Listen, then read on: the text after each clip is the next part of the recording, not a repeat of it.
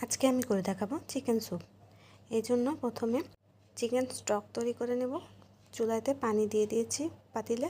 এরপর ছোট ছোট চিকেন টুকরো টুকরো করে দিয়ে দেব। বেশ খানি চিকেন দিয়েছি বেশি করে, কারণ চিকেন স্যুপ রান্না করছি তাই।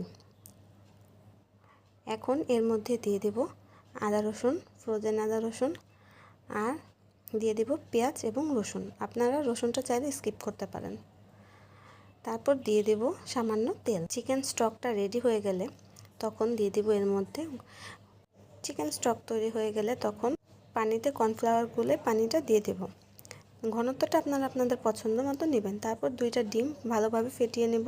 কর্নফ্লাওয়ার দেওয়ার পর ঘন হয়ে আসলে, বলক চলে যখন আসবে, তখন এর মধ্যে দিয়ে দেব ডিম। আস্তে আস্তে নাড়বো আর দিব, একটু একটু করে দিব আর নাড়বো। তারপর এর মধ্যে দিয়ে দেব কিছু টমেটো সস, আর দিয়ে দেব লবণ, আর দিয়ে দেব 2টা কাঁচামরিচ। আপনারা টেস্ট অনুযায়ী কাঁচামরিচটা দিবেন। তৈরি হয়ে গেল আমাদের শীতের মজাদার চিকেন স্যুপ। আপনারা অবশ্যই বাসায় ট্রাই করে দেখবেন।